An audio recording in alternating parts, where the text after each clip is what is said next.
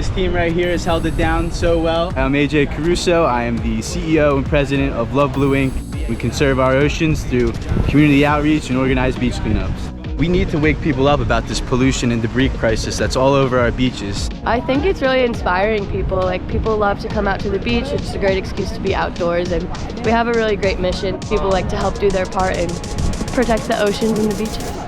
When I was looking for my schools, I saw Myrtle Beach and it felt like home. Everything tying together with surfing, lifeguarding, just really made me want to give back. Me and my buddies, we just started like weekend cleanups.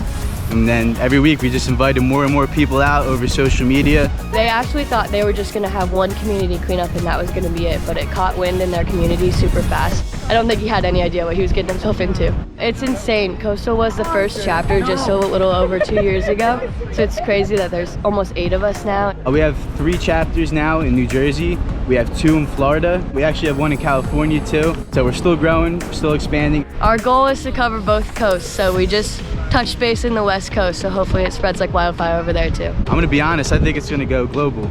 This is something that every shore town needs. Check out the back, the huge SIG. We just finished our SIGs and sideboards just to show everybody how bad the problem is, that we could fit thousands and thousands of cigarettes from Myrtle Beach, from Florida, from New Jersey, into one board. It doesn't look so bad when it's all scattered out, but when you bring it all together and you see the impact, it shows a lot.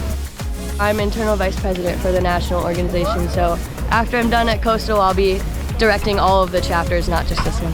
I feel so proud of what I've done here. I'm about to graduate, so I'm glad I'm leaving this awesome club behind, and I hope it continues on for years.